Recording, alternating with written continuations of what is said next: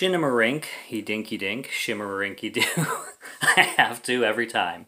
Skinamarink is a low-budget independent piece of cinema that was written, directed, and edited by Kyle Edward Ball. This is a Canadian film, and this film premiered at a film festival, I believe in Canada, but I'm not 100% sure, this past summer. I know it was a very limited release. It actually doesn't have a full release right now, but it is scheduled to be released on Shudder and have a bigger American release in 2023.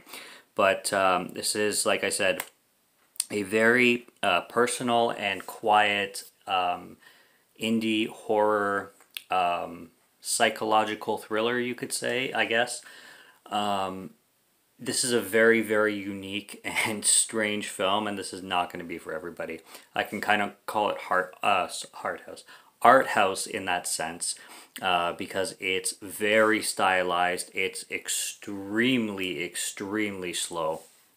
There's not a lot of talking in it at all, and the camera and the cinematography has that very much grainy effect. It starts off. It takes place in 1995. But it definitely feels older than that. It definitely feels like it was, shot on 16mm or something like that. This also feels like a very personal film because at the beginning it was dedicated to this guy named Joshua Buckhalter, who was also involved in the film as an assistant director and I believe a location seeker or something like that. He was definitely mentioned in the credits in the beginning. And like I said, it's very, very slow in its camera work, and I can definitely see a lot of people saying that this movie is boring and pretentious and basically just a hand job to itself.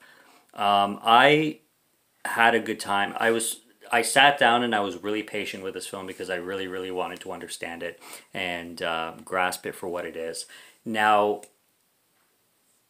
it's like in, let's say, Paranormal Activity 3, where you have just the still camera shots and they'll slowly turn and then they'll slowly turn and then they'll show something and maybe something will be missing or something will have changed when the camera moves. There's not even a lot of camera movement in this movie.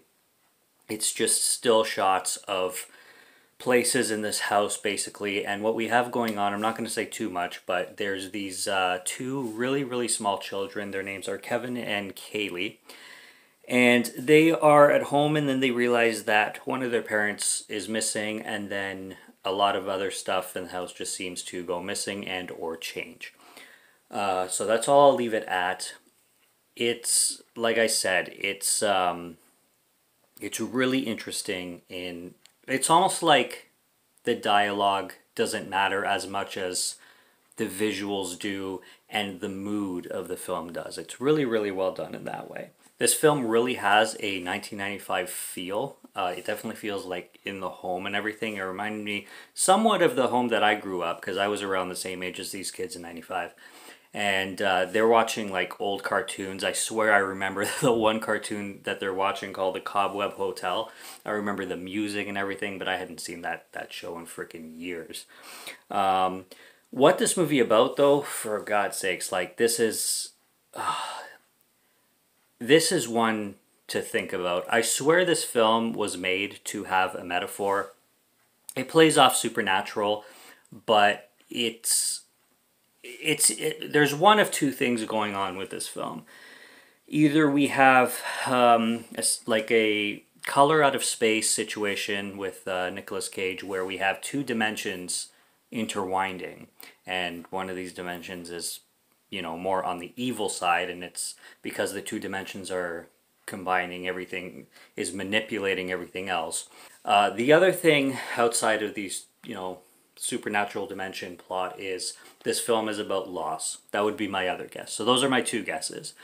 It says two dimensions combining, or this film is about the idea that everything's going to go away one day, whether it's objects or people or things. Just the sense of deterioration, I guess. The little kids, for as young as they are too, because they're like four years old. They did a really good job with their dialogue and their delivery and all that stuff. There are some lines in this movie that are just creepy as hell, like haunting. This is a slowly haunting movie that really feels like a nightmare. I'm not gonna say, like, there's one line in particular that I'm not gonna say, but when you hear it, you just get chills up your spine. It's definitely a movie you're gonna have to have patience for. I'll say that loud and clear because that's the one thing that I want to say. It's not going to be for all audiences, but if you like art house horror movies that really make you think and if you can go along with the ride, the slow paced visual ride of everything, then it might be up your alley. Kind of think of a movie that came out not too long ago either called We Are All Going to the World's Fair. I wouldn't compare the two films at all. So if you've seen We Are All Going to the World's Fair, their films are not the same. But they're the same in the sense where scenes, in particular scenes, will drag out for a long time and stretch really wide and linger there for a while. And that was done obviously intentionally. I liked one scene involving the Lego where it was all stacked up, like that one movie Dark Skies where the mom goes to the kitchen and everything is stacked up in a really weird way. They did that with Lego on a scene where I think the Lego is on the roof, and it looked really cool and looked really creepy. There's a lot of disturbing scenes in this film too, especially when it gets to the third act.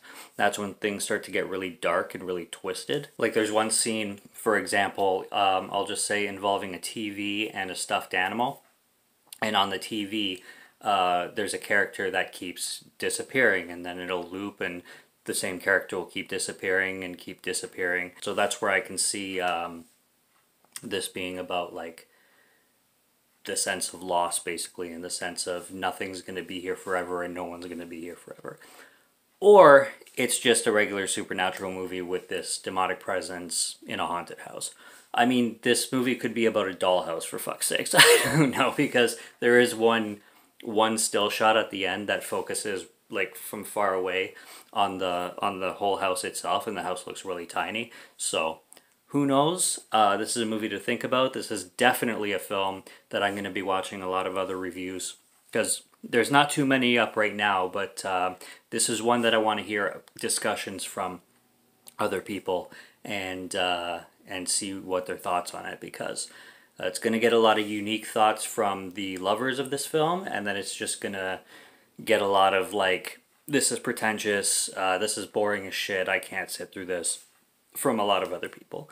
But props for the effort from Kyle Edward Ball, as well as Joshua Buchalter. And it's a good project, I can see the heart in it.